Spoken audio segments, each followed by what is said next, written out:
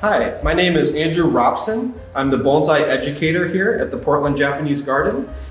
I'm a bonsai artist and a professional living in Portland, Oregon, where I have a nursery called Rakuyo-en, where I teach deciduous bonsai, and I have a school where I have students come and learn the art of bonsai. I'm also the president of the Bonsai Society of Portland. We're the largest club in the United States, and we're a thriving community of active bonsai hobbyists and aficionados living here in this great city.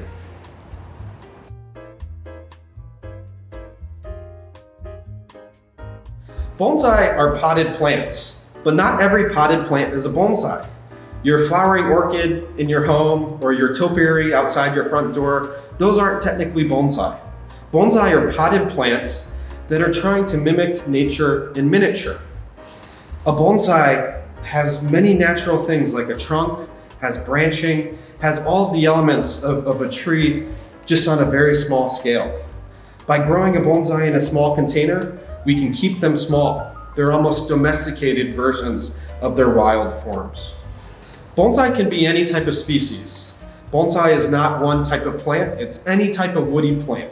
Any plant that grows a trunk, grows branches, can be a bonsai. Those trunks and branches are what we manipulate to create our artistic versions of nature in miniature. Bonsai isn't just a Japanese species of plant, it can be an American species, something that grows in your backyard, like a Douglas fir, a mountain hemlock, a vine maple, a red maple. Any of these plants that grow near you that produce wood and branches can be a bonsai. Bonsai also aren't genetically dwarfed plants. However, keeping them in a small pot restricts their growth in a way that's healthy, but in a way that keeps them domesticated and small in scale.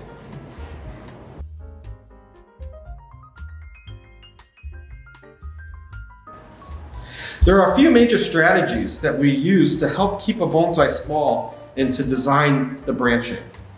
The first major strategy in bonsai is repotting. That's where every few years we take the plants out of the pot and we prune back the roots. Doing this process every few years helps keep the plants small, and it helps keep them miniaturized. You could simply take a bonsai, plant it in the garden or in nature, and it would grow into a large plant. But because we're constantly pruning the roots every few years, it helps to keep them small while keeping them healthy as well. By pruning the roots, we keep our bonsai perpetually youthful, always growing new roots, always growing new branching, always maintaining this health and vigor to help keep them healthy. When we repot a bonsai, we take them out of the pot, we prune the roots back maybe 30-40%, we put in fresh soil, and then we put them back into the same container. We do this every few years, and that keeps a bonsai healthy.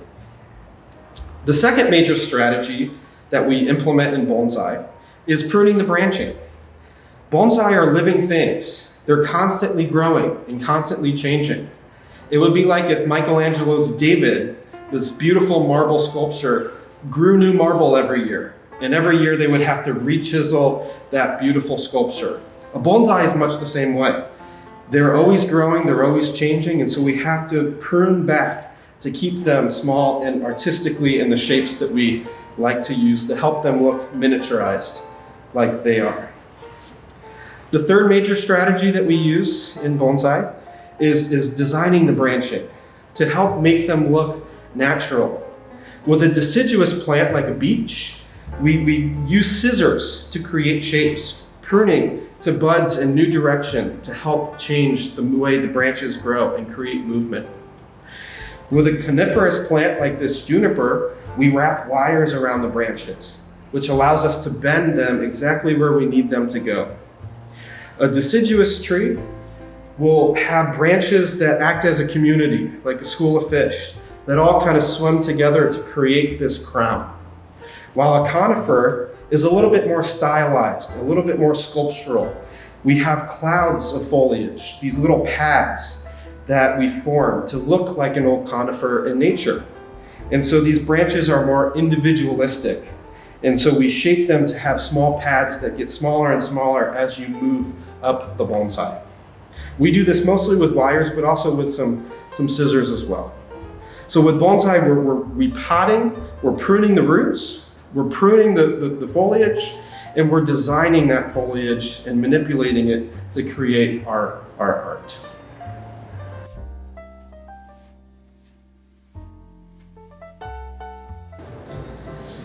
While it might seem daunting to get into bonsai, it's relatively easy to get started. The best way to learn bonsai is to join your local bonsai club or organization. Every major city in the United States has a bonsai club, and all 50 states have bonsai clubs as well.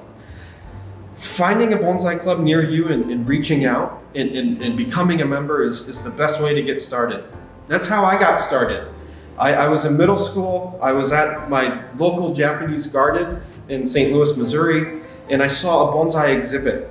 And I was in middle school. I was fascinated by these small trees, and the club members there who were putting on the exhibit told me, just join the club. We'll get you started. We'll help you out. And that's the spirit of most bonsai clubs in the United States. They're really looking to help people learn this art form. Because bonsai is such a hands-on art, it's best to learn it from experience and doing it in person. And so joining your local club is the best way to get started. Bonsai can be made many different ways. They can be grown from a seedling like this tree. They can be collected from the wild. They can be converted from a tree in your garden, or maybe a tree that you find at a nursery or a plant center. There's many different ways to create a bonsai. You can buy an old tree. You can grow a seed. There's many different ways to get involved, whatever suits your lifestyle and your budget.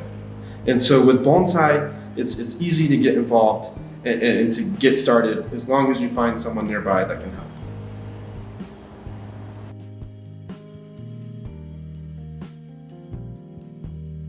In bonsai, there's many different tools that we use that can have special functions for the meticulous type of work that we like to achieve. But your most basic tool that we use is some type of pruner, some type of way of cutting plant material. A basic pruner like this can be helpful for pruning the roots. It can be helpful for trimming branches, and it can be helpful for trimming leaves and defoliating leaves.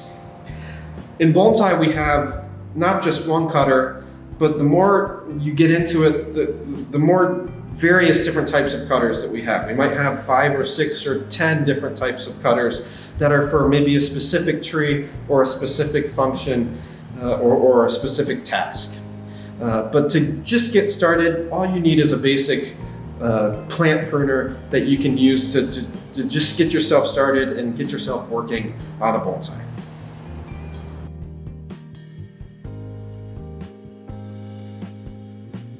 Bonsai literally translates to a tree in a vessel. And most of the time, that vessel is a ceramic pot. With a deciduous bonsai, we mostly use a glazed ceramic. That glazed ceramic can help accentuate the ever so changing nature of a deciduous tree. When a deciduous plant leaves out in the spring, it often has several wonderful colors of that new foliage growing and changing. And so the glaze on the pot can accentuate the spring colors. It balances the lush green summer foliage, and it plays off of the fall colors that happen every autumn when the tree changes color and drops its leaves. So because deciduous bonsai are ever so changing, they're more flamboyant, we like to use a glazed ceramic to accentuate those things. With a coniferous bonsai, like this juniper here, we like to use unglazed ceramics. Because conifers tend to have features in their trunks like dead wood or dead branches or maybe really rough or fissured bark, we like to focus more on those qualities. And so the container tends to be a little bit more toned down, a little bit more subtle, so that we can appreciate some of those things like the bark or the dead wood on the plant. So for deciduous, we use glazed pots. For conifers, we use unglazed pots.